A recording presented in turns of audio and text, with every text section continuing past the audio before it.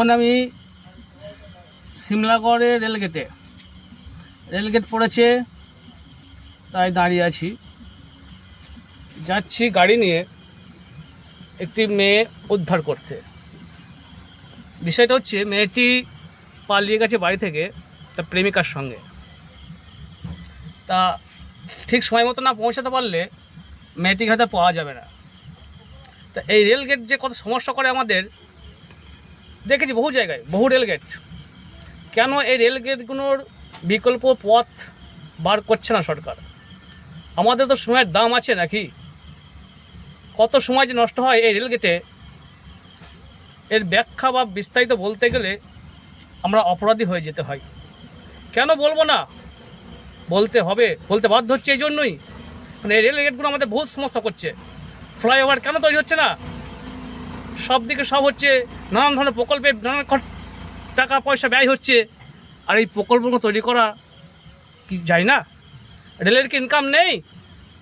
ইনকামের টাকা বিদেশে পাচার হয়ে যাচ্ছে। এটাও কি আমাদের জানতে গেলে অপরাধী? একটার পর একটা অন্যায় সহ্য করে যাচ্ছি। আমরা সাধারণ মানুষ হয়ে বিভিন্ন ধরনের মন্তব্য করতেই পারি, ভাব প্রকাশ করতেই পারি। এটা স্বাধীন ভারতবর্ষ, স্বাধীনতা আমাদের রয়েছে স্বাধীন কথা বলার জন্য। কেন এই রেলগেটে আমরা এইভাবে সময় নষ্ট করব? আসসালামু আলাইকুম, আমি এমডি হানিফ শেখ। ন্যায় পথে চলি বলেই আজ আমি সুখে রয়েছি, শান্তিতে রেখেছেন ওপরওয়ালা, অদৃশ্যমান ওপরওয়ালা। এই দৃশ্যমান ওপরওয়ালাদের কার্যকলাপ আর মোটেই ভালো লাগছে না। রেলগেটগুলোর কোনো উন্নতি নেই, একইভাবে একই নিয়মে ধারাবাহিক নিয়ম অনুসারে চালিয়ে যাচ্ছে। কেন এর পরিবর্তন হবে না? পরিবর্তন কি মরে যাওয়ার পর আগামী প্রজন্মের মানুষেরা দেখবে? আমরা কি দেখতে পাবো না? ফ্লাইওভার অবশ্যই দরকার, অনেক জায়গায় তো হচ্ছে। কেন এই জায়গাগুলো হবে না?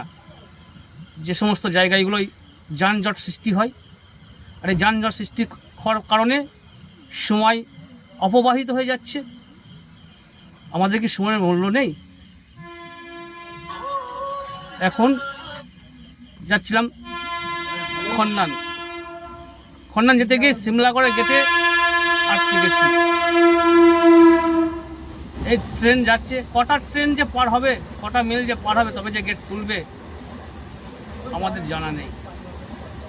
তাই আমাদের ভাব প্রকাশ করা অন্যায় বলে যদি আপনারা মনে করেন, করুন।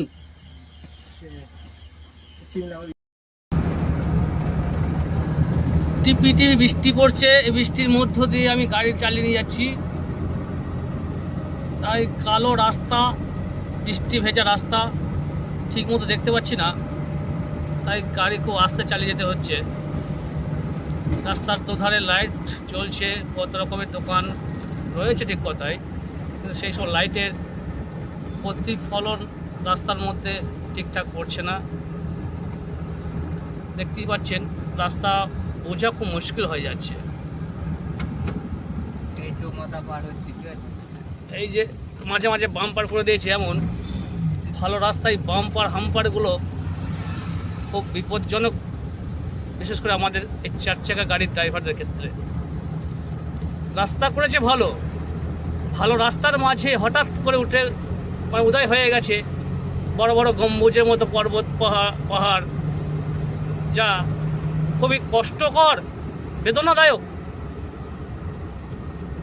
হ্যাঁ জানি, এরা সুরক্ষা দিচ্ছেন হয়তো জনগণকে, এর আগে তো ছিল না। মানুষকে তো সতর্ক থাকা উচিত।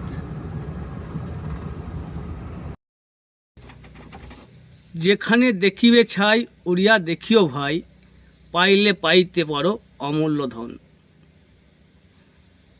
সৎ পথে চলিও, সত্য কথা বলিও, মনের মধ্যে ভয় পুষে রেখো না। ভয় তোমার দুর্বলতার প্রকাশ পায়। আর বলেছি আমি একদিনই, দুর্বল জায়গায় থাবা বসাতে পারলে সে জব্দ হয়ে যাবে, সে যে ব্যক্তি হোক। দুর্বলতা প্রকাশ করো না।